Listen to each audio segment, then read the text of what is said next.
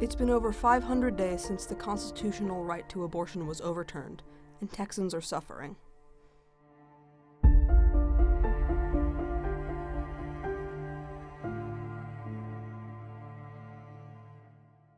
I almost died because I had to wait to get healthcare because of the overturning of Roe v. Wade. My husband and I started trying to have a baby in 2021. After about a year and a half of trying, we were thrilled to be pregnant. And at the 18-week mark, I was diagnosed with a condition that essentially meant my cervix was dilating prematurely. So I was going into labor prematurely, and a baby can't survive outside of the mother's womb that young. So we knew, unfortunately, that we were 100% certainly going to lose the baby. At that point, the doctors should have been able to intervene and provide an abortion, but because her heart was still beating and I wasn't considered sick, they couldn't do anything because it would have been considered illegal because the abortion bans in Texas had just gone into effect. After about 3 days of waiting, I went into septic shock. And at that point, my life was considered at risk enough that they could essentially provide health care.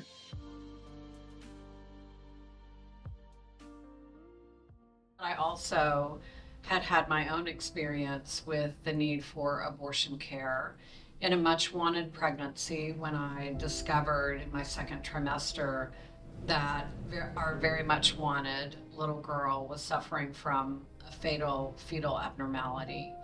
And I didn't believe that I would ever personally make that decision. I think until you've walked in those shoes and understand what you might confront, you don't really understand why it's important to vote for it. When Roe was overturned, the impact that we knew was coming followed very quickly. What it means, of course, is that these private and important healthcare decisions have been taken away from so many people. It allows only a single exception. The exception is for the life of the mother.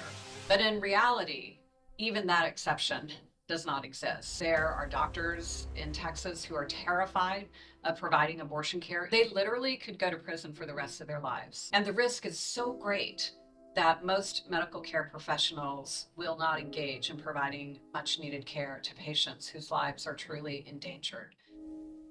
The overturning of Roe v. Wade endangers the safety of everyone involved, even doctors. We interviewed a retired OB/GYN who asked to remain anonymous for his own safety. My area of expertise was reconstruction of the pelvis. I have 3 friends that have been killed by anti-abortion.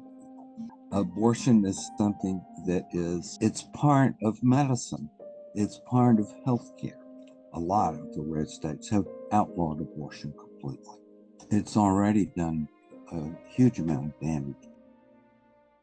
Losing the baby was the worst thing that has ever happened to me. It has had a profound effect on my psychological health, my physical health, my reproductive health. I was pregnant before this happened to me, and then this happened to me, and now I can't get pregnant. Well, I've changed as a person, but I've also changed in that I'm suing the state of Texas. We are asking only for the court to say that healthcare, in this case an abortion, should be provided if and when a doctor deems it necessary.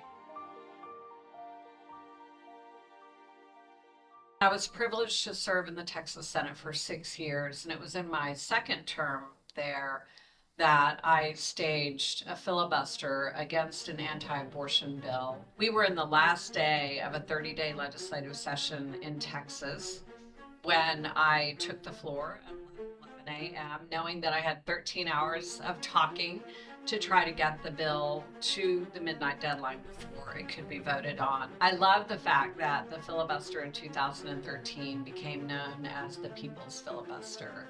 And it did because it was the fact that thousands of people showed up at the Texas Capitol literally filling the halls of the Capitol to overflow capacity. They were there just showing up for something they believed in. I don't think any of them imagined that they would actually play a visible and vocal role. But in the last 15 minutes before midnight, when my filibuster was called to an end by breaking every rule in the book to do so, the people who were there rose.